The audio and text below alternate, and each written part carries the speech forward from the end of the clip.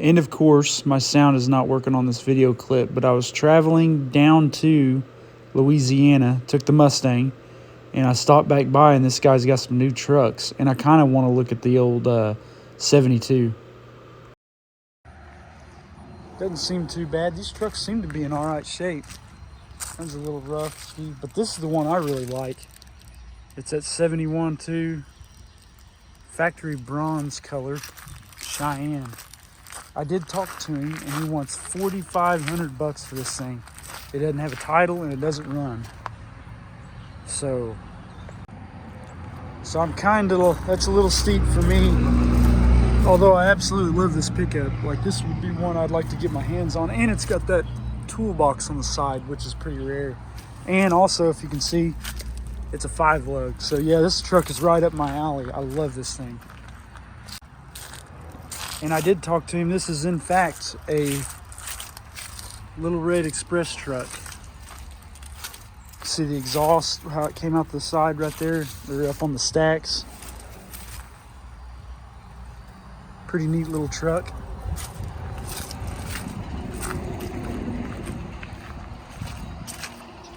Pretty neat.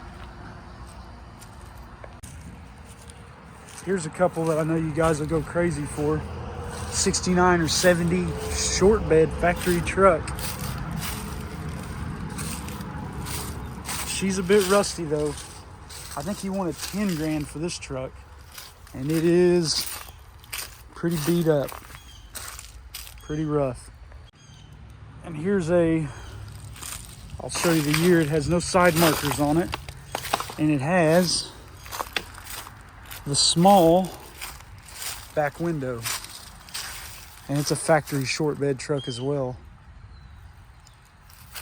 And I think he wants a good chunk of change for that one as well, but he's got all kind of cool little parts out here though. Not too shabby.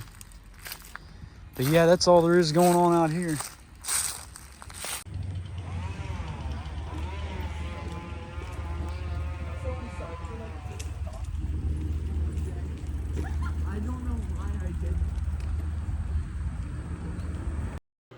So I've stumbled across a small car lot in southeastern Arkansas. This is an 87 through 91 Ford Bronco. I would love to be taking this thing home. It looks to be pretty low mileage and very well kept. He's also got a few more pretty sweet cars. So next what we have is a probably 65 through 67 Ford factory short bed truck. This thing is clean. I didn't see any rust on it, and definitely with that black and red interior, the thing's pretty slick. I would love to have also brought this one home. But yeah, it's got the old farm bumper on the back. I don't know, this is Little Rock, Arkansas. It's probably where it was sold new. But yeah, definitely a good truck. This would be a great one to leave as is, or resto mod, or maybe even put a Coyote in it or something. But definitely cool truck. And then now we have an 86, 87 K5 Blazer. Another very nice example. Looks like the Bronco and this one both look like they were originally Texas trucks. And last but not least, a very cool little AMC Rambler wagon. So definitely a cool car for sure.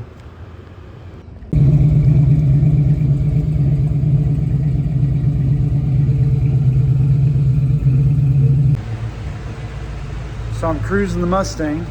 Just got off work, and what are the odds? I've got an 03 Mach 1. There's another one. So not one 03, 04 Mach 1, but there's another one. And this one's got some good looking wheels on it.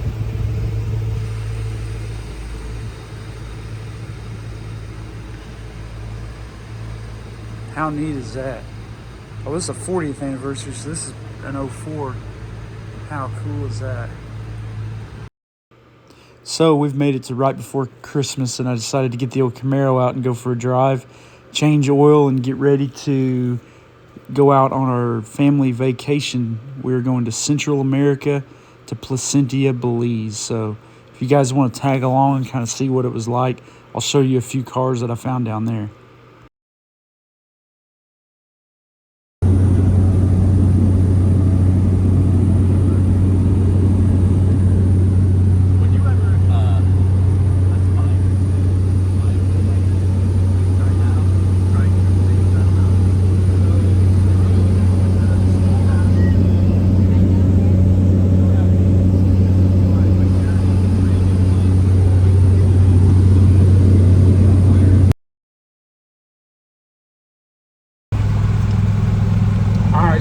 rolling through our area.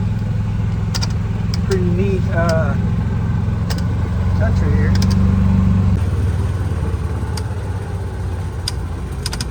Rolling up to our pad. It's a pretty sweet little house we're getting to stay in. So here's the place. Pretty nice little house, man. I like it. Let's go inside, check it out.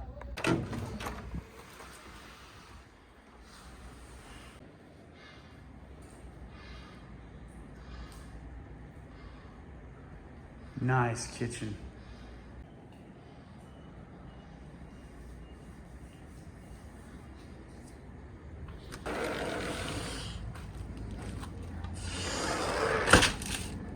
Here's the pool. Then we got a lagoon back there. Cruise upstairs.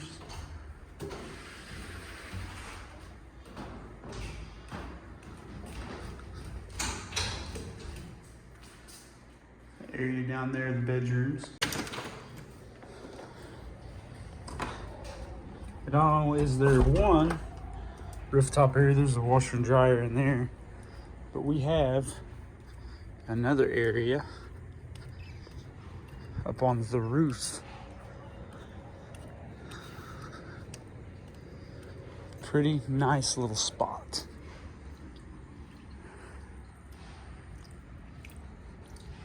Makes me want to have one of these on top of my house. So yeah, really nice. So yeah, Belize is a pretty nice spot. I really like it down here. It hasn't been as sunny as I would have liked. It's been pretty cloudy. But yeah, definitely a really, really cool spot. I'm really digging it. So yeah, not bad. Cruising around Belize. Got an old Chevy bus, I like that. Look at that little thing.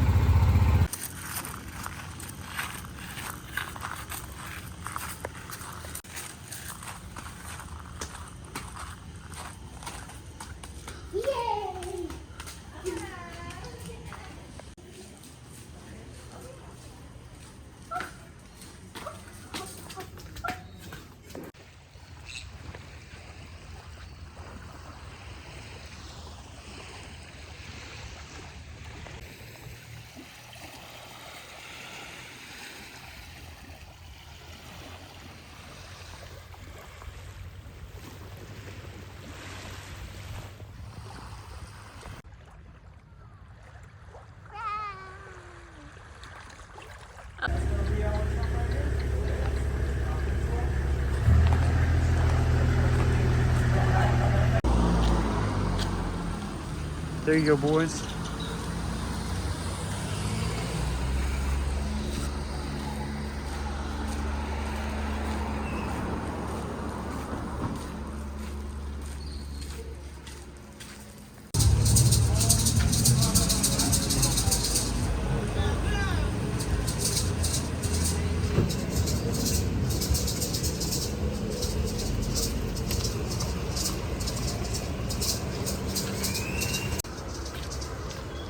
Too bad they don't sell these in the United States.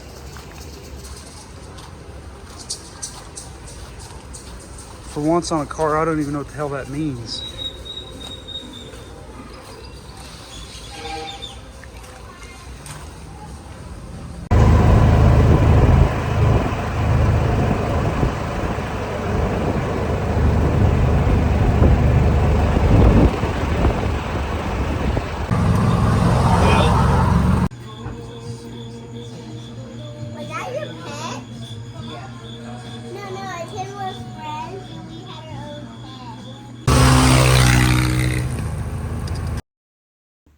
So that pretty much kind of winds up our Belize trip. We checked things out and went paddleboarding, went jet skiing, and really neat to see the way they live down here, and especially how happy everyone is. Also, really made me think about those little Toyota Hiluxes. Like everything was like a 4-cylinder diesel, you know, and how far these people push these cars is really neat. Can't take these ladies anywhere. And gentlemen. You want Look a at this snack? dog's name. I don't know if you can see it's upside down. Oh, please see it. Tony?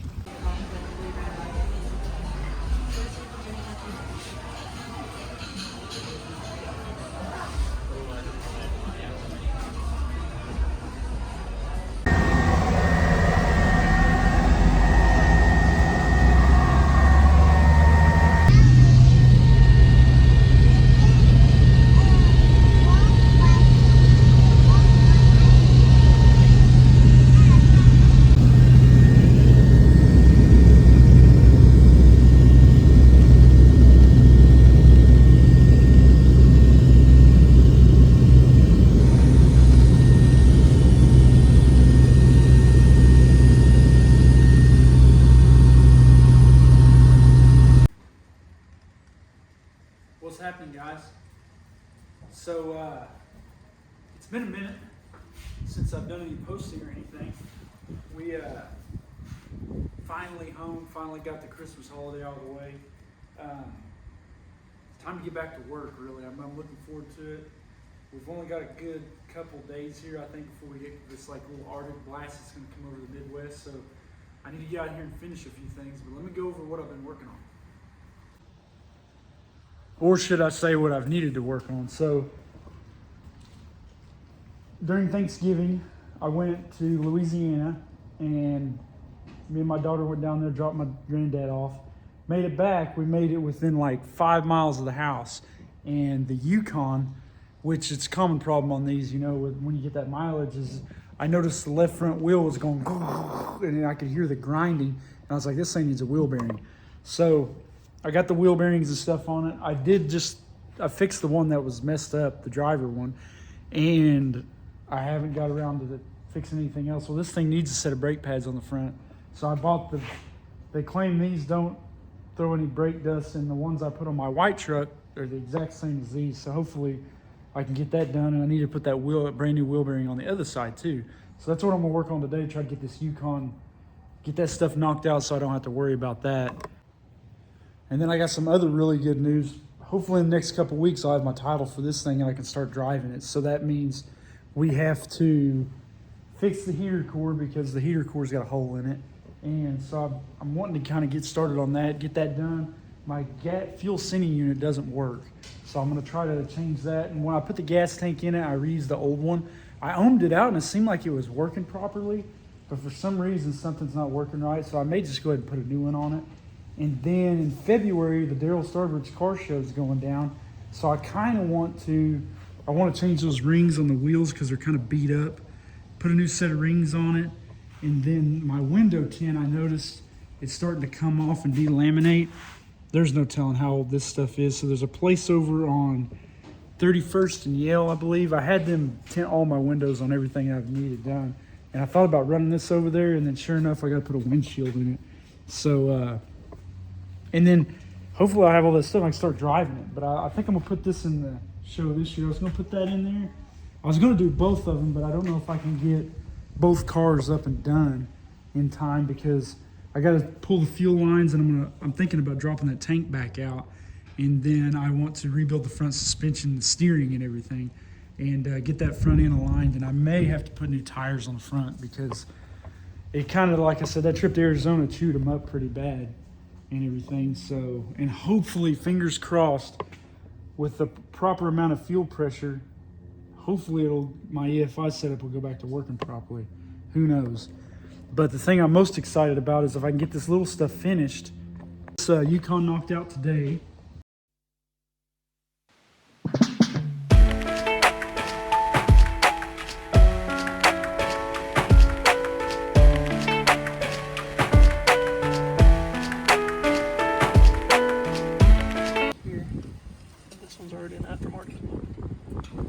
So they've lost the original one at some point. I would venture to say. Well, I would imagine in 20 years it's probably doesn't last that long. Some kids probably flushed it down the toilet or something.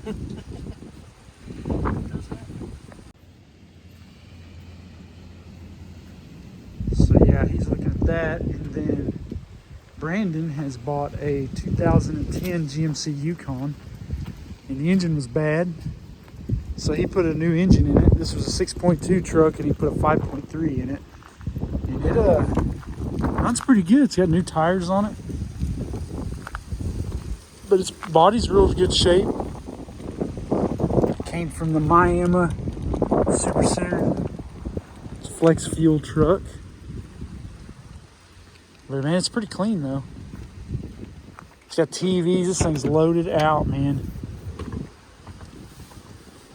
But this thing's miles better than what it was when he got it, like the lady he bought it from. And I don't understand people spending the money they do on these cars to absolutely trash them out. Like, I mean, and just look at the wear on different things. Like, for being 14 years old, it's just amazing the wear this stuff gets. But being, also, this isn't in bad shape either. He put a new seat cover on it and all that. But yeah, that front's moving in. It's gonna start getting cold on us, but good looking truck. I think it'd make a pretty good driver for somebody. Pretty good driver. Not a bad truck. That's pretty nice. Getting fancy on them. Getting fancy. So the weather's changed and it is now New Year's Day. So what better time than to go ahead and try to repair these fuel lines.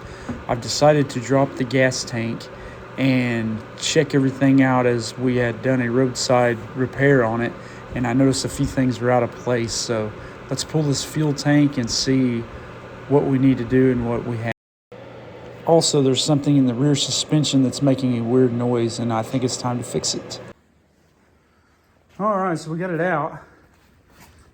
And if you watched on the video on the side of the road in New Mexico, it looks exactly the way it did when I just pulled it out.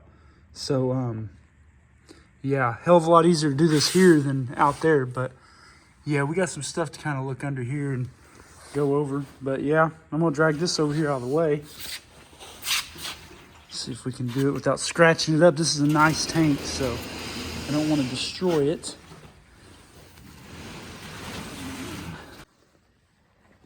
All right, I'm back outside. So what I'm doing next, I got the gas tank out. I'm gonna need to cut those lines off and everything, but I'm gonna check one other thing.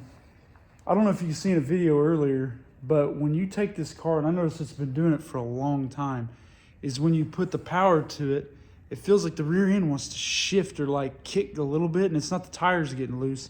It feels like something's loose in the suspension. But what's weird is this car in 2016, I put the rear end, the bushings in it, everything's new. Like, aside from the rear coils, everything in the rear end of this car is new.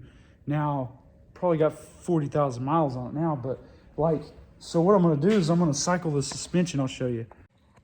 So I've got the UMI lower control arms with the bushings in it. I've got the UMI upper, adjustable uppers, but I've also got those solid, maybe they call them Delalume bushings in the top. Let's see if I can get a good focus there. It's a solid bushing on the upper because, like I said, when I done this, I had a 496 in it, and I was trying to get the 60 foot out of this car and everything. But now that I'm not quite doing that as much, I'm really thinking maybe those upper bushings might be wore out. Maybe I've just gotten too many miles on them. I'm not seeing anything that's suspect of this thing having any bushings or joints out of it or anything. I mean, it all looks tight. Now, we noticed when we were at the racetrack in Arizona, this car was sitting lower on the driver's side because I aired these up because we had quite a bit of weight. Well, I stopped over at the guys at the Rod Knock Ranch and used their air compressor, and I blew out this bag because it had a hole in it, so I need to redo that. But let me show you the other problem I was having. So the rear axle, remember we had a problem with it leaking fluid and everything? Well, I remember when the hose on the filler neck split on this thing that Brandon was telling me, he went ahead and went over this third member, and he said all these bolts were loose, and I was like, oh crap.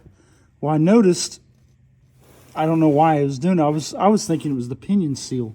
It turns out, if you can see, that is the housing gasket. So I'm just wondering is if this center section was loose and then the pressure just pushed the gasket out and it's leaking from the top all the way down. So I think what I need to do is pull this third member and try to reseal this stuff. And I'm still debating on if I want to drop the axle out and just put the urethane bushings in the upper control arm just for the heck of it.